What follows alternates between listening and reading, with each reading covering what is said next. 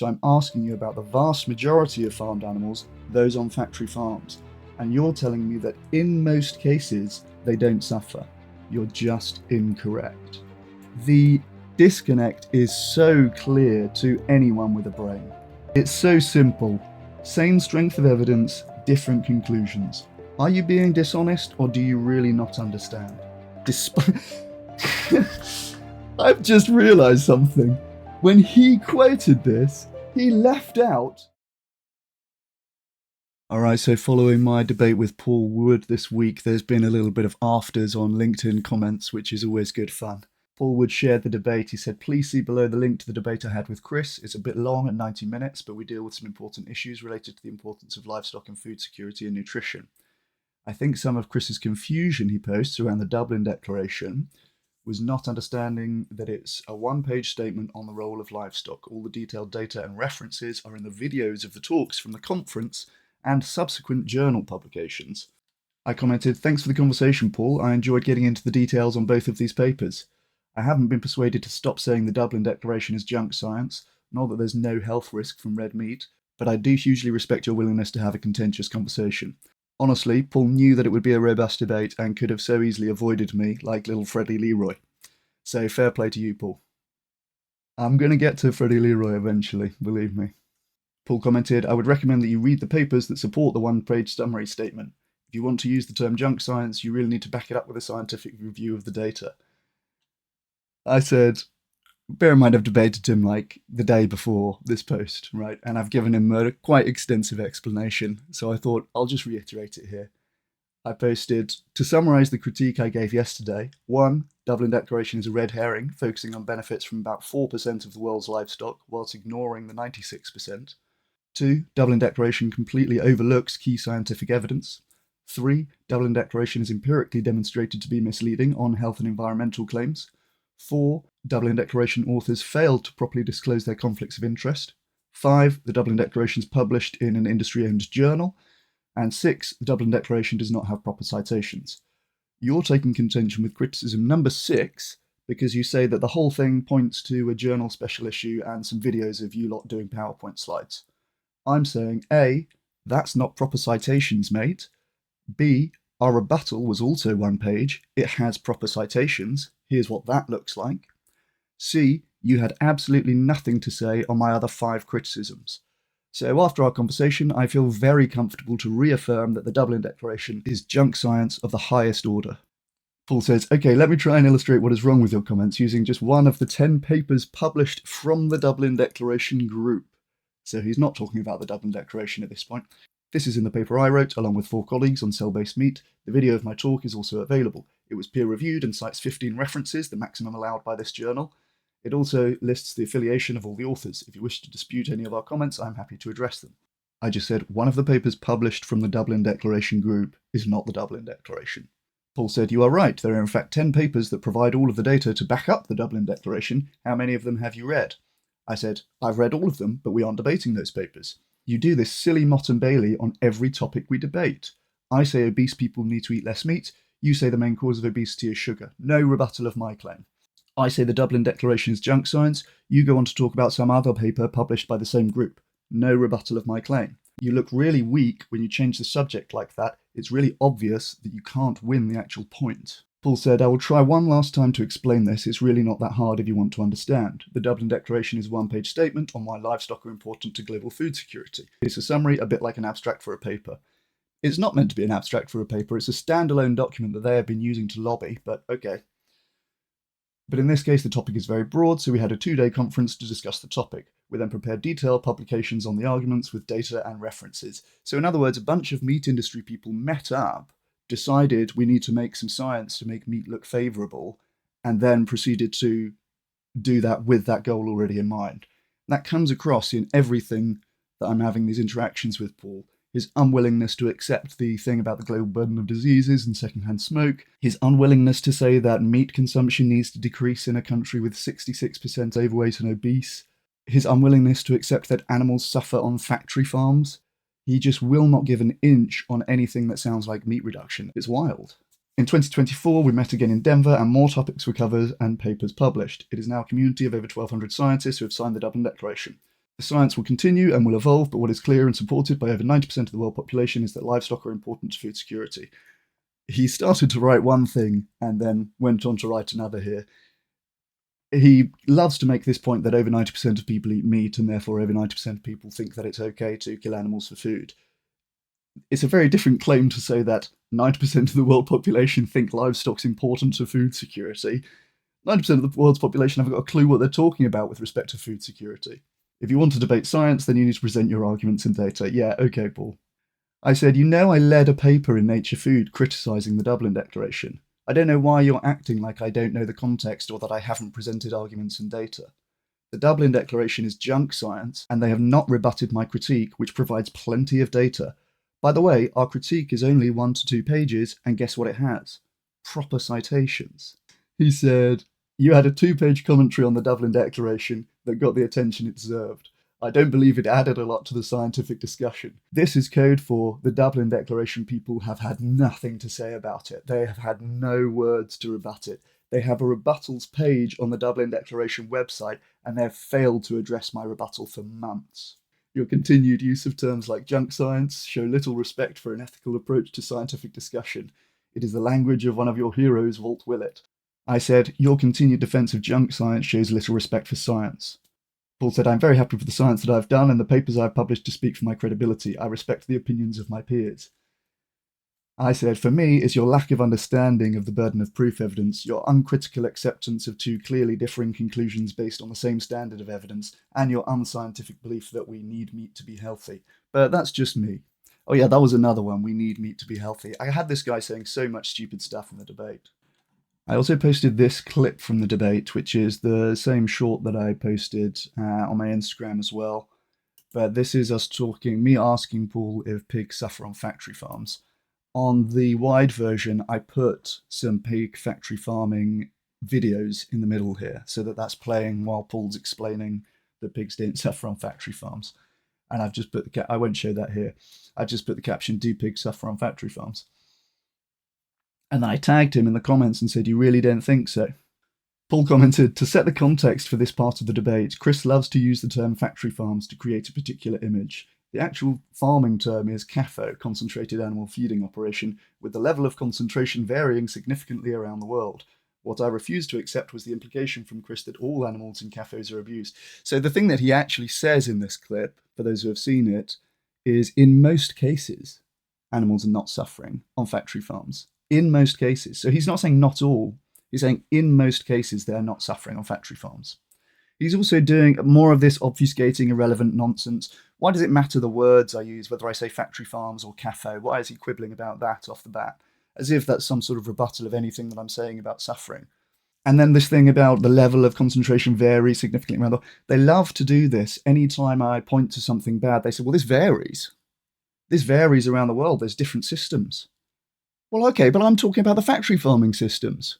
What's wrong with these people? He said, most pigs, poultry, and fish are produced in CAFOs. Excellent admission. That's a really nice admission that he's given there. Good. Only 2% of ruminants are farmed in CAFOs. This is wildly misleading because ruminants are a tiny minority of all livestock, so I don't know why he's pointing to that. This is similar to that Liam Byrne guy saying that there was a high rate of anemia in teenage girls when I was talking about the whole UK population. They love to just zoom in and cherry pick a part that favours their argument. Farming is heavily regulated and there are significant penalties for breaching these rules. I get the vegan view of the world that we should not farm animals, but at less than 1% of the world population, you don't get to make the rules as much as you feel you should. I want to point to something that I've decided to do strategically in this conversation, and that you'll notice if you watch that clip. We can play it now. What I'm not doing here is advocating for everyone must be vegan. I'm talking about factory farms. Okay, and when he wants to take the conversation to where you disagree with all slaughter, I say, I'm not talking about that. I want to talk about factory farms. Okay, so do you think a pig doesn't suffer on a factory farm? I think in a situation is we bred those animals for food production. Okay. Do you think they're suffering there? Look, in the end, that animal is slaughtered. I know from your background, you wouldn't accept that at all. But no, I'm not talking about that part though. Are they suffering on the factory farm? I think in most cases, no. Okay. Okay. Rhetorically, to a largely non-vegan world and audience, it is a winner to be against factory farming, but it is a loser to be against all meat consumption, rhetorically. And here's the key thing. People like this, who need to defend the livestock industry, need to defend factory farming. So they want to push onto an area that's easy for them to win and get 90% of the audience on their side who are non-vegans. I'm talking about factory farms, because 90% of people oppose factory farming. And now when Paul wants to tell us that most animals are not suffering on factory farms, well, that's a clear victory for me. I said, call them what you want. That's the reason I included videos here. You can see exactly what I'm talking about. You want to move the discussion here to you oppose all slaughter when I'm clearly talking about factory farms because you're uncomfortable. It took 3 times of asking for you to bite this bullet, which makes me think you're not being entirely honest. Look again at those videos and tell me you think most pigs don't suffer on factory farms. If you're being honest, you could just say, yeah, pigs suffer, but we need cheap food and I don't really care if they suffer. Why lie? By the way, that would be an answer, right? That would be a more sensible answer than what he's trying to tell me most pigs don't suffer on factory farms. If he just said, yeah, obviously they do, but I basically don't care, that would be more honest. I said it's also worth pointing out that ruminants are a tiny minority of farmed animals, with the vast majority of meat coming from factory farms. So I'm asking you about the vast majority of farmed animals, those on factory farms. And you're telling me that in most cases, they don't suffer. You're just incorrect. Watch how he's going to obfuscate again here. Watch how he's not going to disagree with anything I've said about most meat coming from factory farms. Okay, we discussed this animal-based food includes both meat and dairy. Dairy is almost exclusively from ruminants. For meat consumption, ruminants are just over 25% of all meat. So he's trying to broaden out the category to include dairy, so now that he can say, well, most animal products don't come from factory farms. It's such a silly little trick. I'm talking about the vast majority of farmed animals which are on the factory farms that Paul defends. And he just wants to change the subject. I said, that's fine, but I'm asking about the majority of farmed animals which are on factory farms. The fact that you always want to pivot away from factory farming as soon as possible tells me that you don't really want to defend it. But if pressured, reluctantly, you will. Didn't get any more replies from Paul beyond that, because he absolutely knows that I'm right. He's made himself a mouthpiece for the industry. He has to defend factory farming, and he knows that these animals are suffering. That's why he's so reluctant to answer me, but eventually he does, and he lies to me. I posted another clip. This one was about the global burden of diseases and the evidence on the health harms of red meat consumption. So just to clarify the issue here, basically Paul Wood is pointing to a study which uses a framework called the burden of proof methodology and shows that the confidence interval for health risks of red meat cross over 0, and therefore he wants to say that there's no significant health problems associated with red meat consumption. The problem that he has is using that same methodology. There's several other papers here which produce the same results with respect to secondhand smoke and with respect to chewing tobacco and with respect to sugary drinks. And so I asked Paul, does he accept the same outcomes with respect to those things? Does he think that there should be no public health recommendations against secondhand smoke or chewing tobacco, for example? And he does not accept that.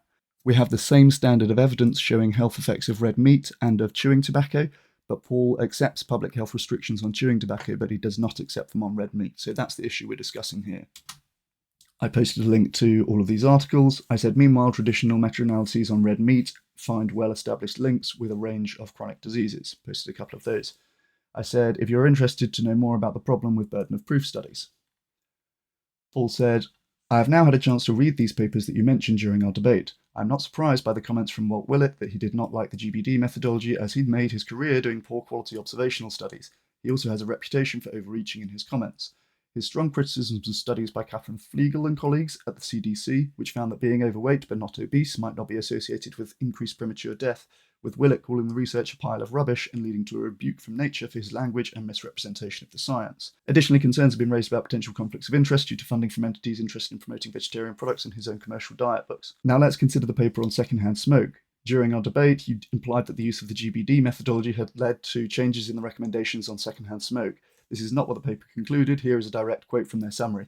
Watch how he's going to give a quote from the one paper but not from the other paper here, so that the readers of the comments can't make the comparison. This is from the secondhand smoking paper. Our results reinforce the harmful effects of secondhand smoke on health and the need to prioritise advancing efforts to reduce active and passive smoking through a combination of public health policies and education initiatives. I am pleased that I refused to comment on your interpretation of this paper, which is clearly wrong. Now, he is either misremembering or deliberately misrepresenting my point here. I don't think he understands this very well, and he is relying on just the words in the abstract. He doesn't actually know much about the studies here.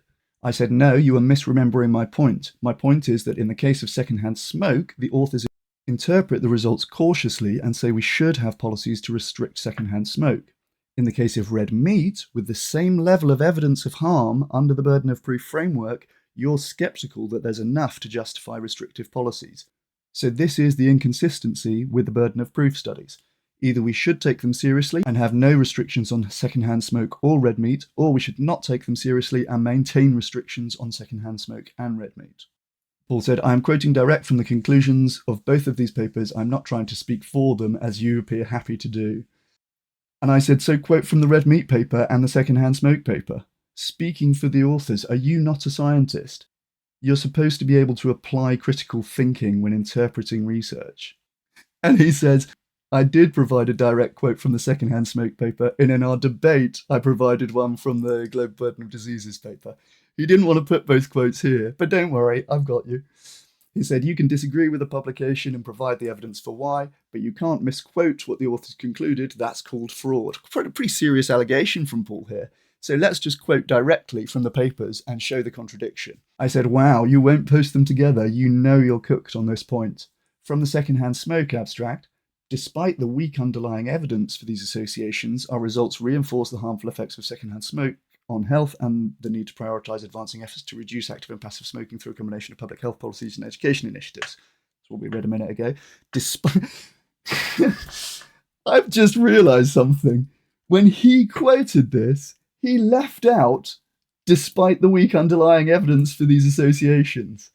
Look, when he quoted this, he starts after that and says our results reinforce the harmful effects. Oh my goodness, he couldn't even bring himself to quote the whole sentence because he knew it would affirm my point here. So he's quoted half the sentence to leave out the part that makes my point, despite the weak underlying evidence for these associations. Number 2, from the red meat abstract. While there is some evidence that eating unprocessed red meat is associated with increased risk of disease incidence and mortality, it is weak and insufficient to make stronger or more conclusive recommendations. Yet in the case of secondhand smoke, despite the weak underlying evidence for these associations, our results reinforce the harmful effects and the need for policy and so on. In the case of red meat, while there is some evidence that is associated with risk of disease incidence and mortality, it's weak and insufficient to make more conclusive recommendations. The disconnect is so clear to anyone with a brain. It's so simple. Same strength of evidence, different conclusions. Are you being dishonest, or do you really not understand? He says, I agree with both papers, and I suggest you need to read both of them more carefully to understand how they came to those conclusions. It's not as linear as you suggest. Yeah, this is another great trick that they love. Well, I understand this. You need to go away and read these papers now. I said, want to point out any actual difference between them, or just vaguely gesture that it's more complicated? Couple of days pass, no response. I just commented this morning, still waiting for you to point out the difference between these two analyses that leads you to support two different conclusions on the same strength of evidence. My prediction, there's no difference, you just have to defend meat. What do you guys think? Has Paul Wood managed to defend the Dublin Declaration? Has he managed to make a good defence of factory farming? Has he managed to make a good defence of the global burden of disease study? Personally, I think I stomped him in every aspect of this debate, but let me know in the comments.